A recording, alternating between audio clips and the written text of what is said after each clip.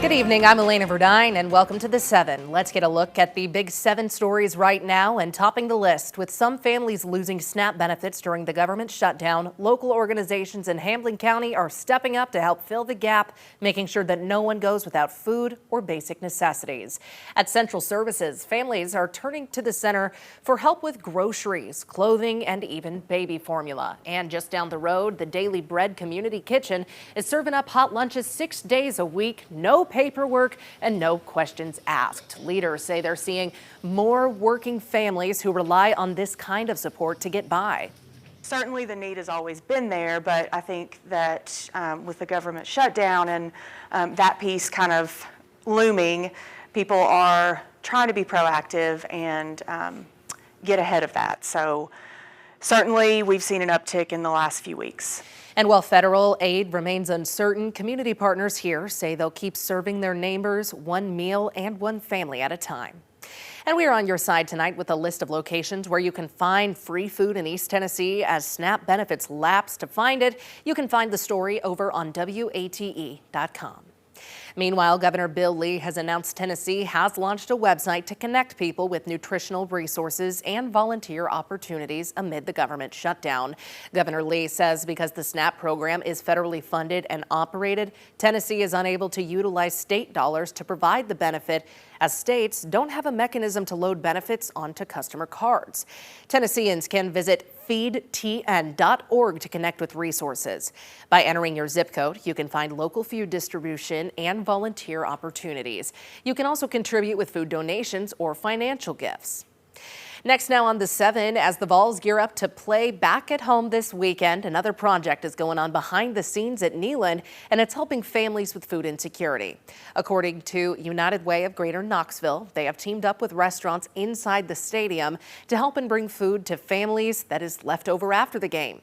President and CEO Crystal Armstrong Brown tells us that up to 6,000 pounds of food could be thrown away after each home game, and they're working with nonprofits and local food banks to help redistribute it. She says that both prepared and non-perishable items are collected from each game, and that more than 25,000 pounds of food will be repurposed and shared within the community. And as the shutdown continues, she says this program will also be a vital resource for those who may not receive their SNAP benefits next month. So we know that what's going to happen through that game and that strategy, but even broader than that, through community responses and people who are standing up and want to be a part of that solution, will help to mitigate those impacts long term. Brown says this program started at the beginning of the season as a pilot program. There could be future opportunities to partner with restaurants at other home games to continue donating food to the community. Next now on The 7, Lady Vol basketball player Ruby Whitehorn finds herself in trouble with the law again. University of Tennessee police arrest records show that she's in trouble for simple possession and confiscation for an incident that was reported on Dale Avenue early this morning. Last month, Whitehorn accepted a plea deal following a previous arrest in August. That case was for a reported domestic incident. Back to this latest incident, though, her attorney Greg Isaacs tells 6 News that Whitehorn intends to plead not guilty. Next on The 7, former Harriman City Councilman Brian Frost turned himself in to the Roane County Sheriff's Office after he failed to appear for a court date earlier in the week. Frost was scheduled to appear for an arraignment on Monday, October 27th, and he didn't show, and a warrant was then issued for his arrest. His bond was doubled from $10,000 to $20,000. 9th Judicial District Attorney General Russell Johnson reported that Frost turned himself into the sheriff's office Wednesday evening. Johnson said after Frost was booked, he posted a new bond that the court set on his failure to appear charge. Frost's arraignment is scheduled to take place on Monday, November 3rd. Tony Williams, Bradley Frost, and the now former city councilman Brian Frost were all indicted in connection to a shooting that happened at a party at Brian Frost's business. 18-year-old Holden House was killed.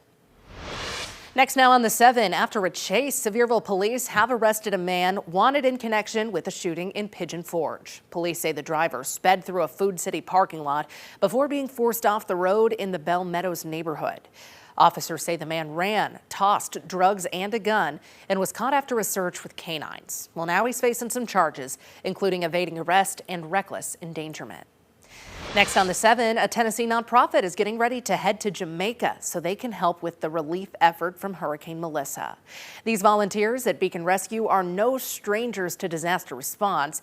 They helped with the Texas floods earlier this year and Hurricanes Helene and Milton last year. This weekend, they'll be sending the first team to Jamaica to help set up field hospitals for the victims there, providing shelter, power, and critical medical supplies.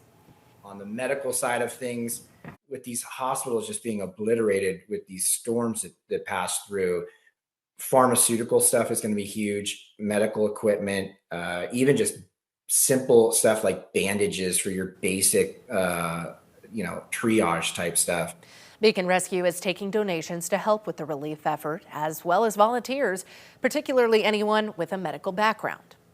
Next now on the 7, a University of Tennessee professor is now suing the school, claiming her First Amendment rights were violated.